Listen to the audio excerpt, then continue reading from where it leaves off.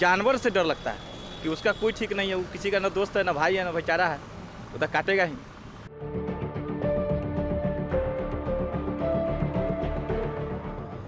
पटना में street dogs लोगों के लिए परेशानी का सबब बने हुए हैं।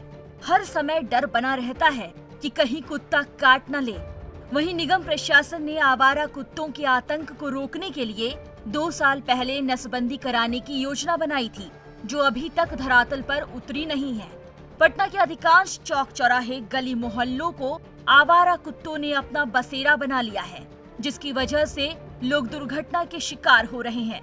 सबसे ज्यादा दिक्कत रात को बाइक चलाने वालों को हो रही है।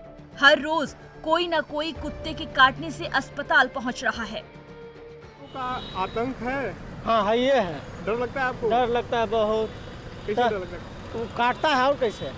कभी कभी रात में ड्यूटी करके घर वापस जाने के समय पैदल अगर हम लोग जाते हैं या साइकिल से गए तो घेरता है, परेशान करता है, आदमी घबरा के गिर भी जाता है, कभी कभी चोट भी लगता है, हाँ नोच भी लेता है, काट भी लेता है।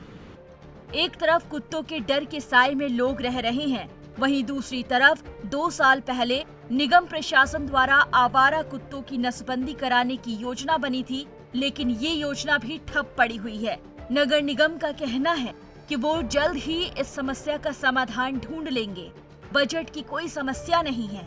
वहीं पशु चिकित्सकों का मानना है कि अगर आवारा कुत्तों के आतंक से लोगों को बचाना है तो निगम प्राइवेट संस्थानों के बजाय घरेलू पशु चिकित्सक से मदद लेकर इन आवारा कुत्तों की जनसंख्या को नियंत्रित कर सकता है। देखिए, निश्चित तौर से नगर निगम लगातार पिछले कई बैठकों में आपने देखा कि स्थायी समिति और निगम बोर्ड ने यह निर्णय लिया कि जिस तरह से आवारा कुत्तों की जिस तरह से आबादी बढ़ती जा रही है, उससे कई लोग दुर्घटना के शिकार भी हो रहे हैं। पटना सिटी में आप देखिएगा बंदरों का उसी तरह से प्रकोप बढ़ता जा रहा है। तो एक समय तक पहले नगर निगम एक व्यवस्था थी कुत्तों को हंटिंग करने का व्यवस्था था, लेकिन चूंकि वो मानवता के को तार करता है, किसी भी पशु का हत्या और इस तरह से मारना उचित नहीं था। और बाकायदा भारत सरकार का जो मंत्रालय है इस मामले में भी काफ़ी उसके कठोर नियम है। तो हमने अस्थायी समिति से, बोर्ड से हमने पारित किया था कि कुत्तों को नसबंदी का प्रोग्राम जो है, हमको नसबंदी का प्रोग्राम चलाएं ताकि उनकी संख्या को हम लोग एक कंट्रोल में, नियंत्रण में ला सकें। देखिए, स्ट्रे डॉग का जो है उसमें तो आपको आइडिया नहीं है ना कि किसका कौन सा एज हो रहा है, लेकिन एक थंब रूल है, मास कैंपेन चलाना होगा। स्ट्रे डॉग का पॉपुलेशन अब पटना में बढ़ ही रहा है और ऐसा मतलब कोई बहुत मास लेवल पे कोई ABC animal birth control program और रेबीज देखिए रिलीज करने वाला प्रोग्राम यहाँ चल नहीं रहा है।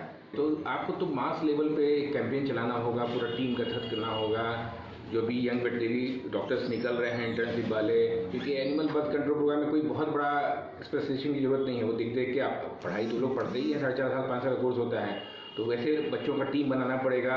और एक मतलब सबसे बड़ी चीज़ क्या है ना कि आपके यहाँ शेल्टर की सुविधा नहीं है रखने की। सर्जरी करने के बाद आप पोस्ट ऑपरेटिव केयर करेंगे ना, कि ऐसा सर्जरी करके आप रोड पे छोड़ देंगे, तो कम से कम जो मेल डॉग है उसको 5 to 6 डेज कम से कम आपको देखना होगा कि बाद में पोस्ट ऑपरेटिव कोई कॉम्प्लिकेशन तो नहीं आ रहा है, कोई इन्फेक्शन तो नहीं आ रहा है। बहरहाल निगम की तरफ से 2 साल पहले आवारा कुत्तों की जनसंख्या को नियंत्रित करने के लिए योजना बनी थी। इसके लिए NGO का चयन भी हो गया था, लेकिन कुत्तों की नसबंदी तो दूर, निगम प्रशासन इन आवारा कुत्तों के लिए अस्थायी अस्पताल भी शुरू नहीं कर पाया।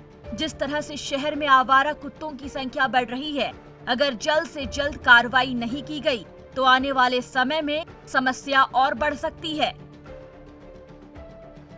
ETV भारत के लिए पटना से अरविंद कुमार की रिपोर्ट।